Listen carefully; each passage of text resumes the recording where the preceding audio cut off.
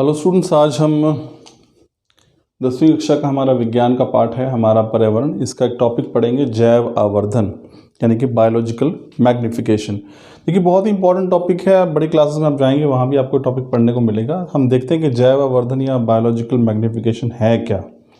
अब देखिए अगर इसकी परिभाषा हम देखें स्टूडेंट्स तो ये क्या है, हानिकारक रसायनों जैसे कि डीडीटी है, कीटनाशक है, का उत्पादकों से होकर खाद्य श्रृंखला में प्रवेश पाना और उच्च पोषी स्तर में इनका सांद्रण जैव आवर्धन कहलाता है।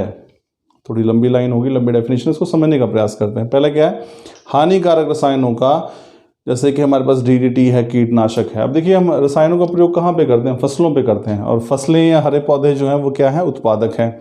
तो हमने क्या किया कि अपनी फसलों को बचाने के लिए कीटों से हमने उन पर कीटनाशकों का या हानिकारक रसायन जैसे कि डीडीटी है उनका छिड़काव किया ताकि हमारी फसलें जो है वो कीटों से बची रहें। लेकिन वो जो हानिकारक रसायन थे वो उस अभी हमने खाद्य श्रृंखला पढ़ा था, वो क्या करते हैं, खाद्य श्रृंखला में प्रवेश कर जाते हैं। किसके माध्यम से, उत्पादकों के माध्यम से। अब वो होते होते अब उस खाद्य वो जो हरे पौधे हैं उनको अपना भोजन कोई और जीव बनाएगा। तो जब ये हानिकारक रसायन उस हरे पौधे में आ गए हैं तो उसको जो भी जीव उसको अपना भोजन बनाएगा उसमें इन हानिकारक रसायनों की मात्रा और बढ़ जाएगी। अब उन जीवों को जो दूसरे जीव खाएंगे उनकी मात्रा हानिकारक रसायन की मात्रा उस जीव में और बढ़ जाएगी। इस तरह करते करते जो उच्च पोषी स्तर है, सबसे अंत में जो जीव जो उस भोजन को खा रहे हैं उसके अंदर इन हानिकारक रसायनों की मात्रा बहुत का सांद्रण हो जाएगा, बहुत ज़्यादा मात्रा बढ़ जाएगी। इसी मात्रा जो बड़ी है हानिकारक रसायनों की उच्च पोषी स्तर में, उसी को बोलते हैं हम जैव आवर्धन, बायो मैग्निफिकेशन। जैव का अर्थ होता है जीव यानी कि बायो, और मैग्निफिकेशन का आवर्धन मतलब रूप विशाल हो जाना, बड़ा हो जाना, उसको हम मैग्निफिकेशन कहते हैं। तो ये वास्तव में हानिकारक रसायन हैं जिनकी मात्रा उच्च पोषी स्तर में बढ़ जाती है, इसी को बोलते हैं हम जैव आवर्धन। तो क्या है, हानिकारक रसायनों का उत्पादकों से होकर, उत्पादक कौन से, हरे पौधे, उत्पादकों से होकर खाद्य श्रृंखला में प्रवेश पाना। क्योंकि वो जो हानिकारक रसायन है वो खाद्य श्रृंखला में प्रवेश कहाँ से पा रहे हैं, हरे पौधों या फिर उत्पादकों से। और उच्च पोषी स्तर में इनका सांद्रण मतलब अधिक मात्रा, और उच्च पोषी स्तर में इनकी मात्रा बढ़ जाती है। इसी प्रक्रम को हम जैव आवर्धन कहते हैं। अब से उदाहरण देखिए, बहुत ही बढ़िया उदाहरण पेश किया है यहाँ पे, और वो है उत्तरी अमेरिका की मिशिगन झील। ये 1942 का उदाहरण लिया गया। एक्चुअली देखा ये गया कि एक मिशिगन झील थी, वहाँ पे पेलिकन नाम के पक्षी जो हैं बहुत ज़्यादा संख्या में एकत्रित होते थे, लेकिन फिर अचानक से उनकी संख्या जो है बहुत कम हो गई।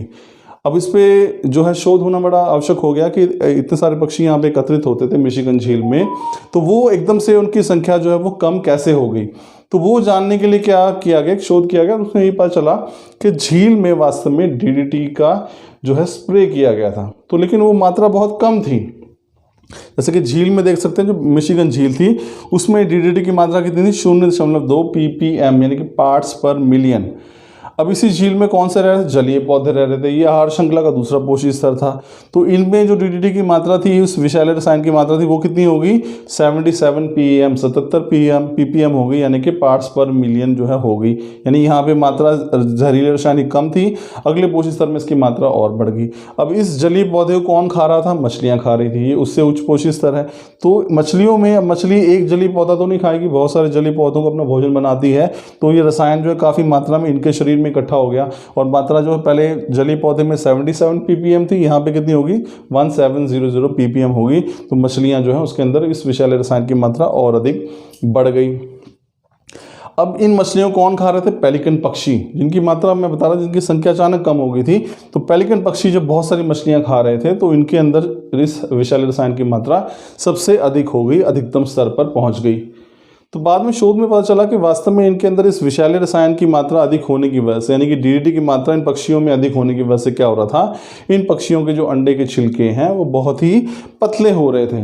और पतले होने का नतीजा क्या हो रहा था कि उसके अंदर वो जल्दी टूट जा रहे थे, पतले होने की वजह से जल्दी टूट रहे थे। तो जल्दी टूटने की वजह से क्या हो रहा था, उन अंडों के अंदर जो चूजे थे वो विकसित ही नहीं हो पा रहे थे, वो विकसित होने से पहले ही मर जा रहे थे, जिसकी वजह से जो नए पक्षी पैदा ही नहीं हो पा रहे थे और उनकी संख्या जो है बहुत ज़्यादा कम हो गई थी।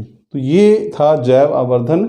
जैव आवर्धन क्या है, किसी भी जहरीले रसायन का खाद्य श्रृंखला में प्रवेश पाना और उच्च पोषी स्तर में उसकी मात्रा बहुत अधिक हो जाना, इसी को बोलते हैं हम जैव आवर्धन।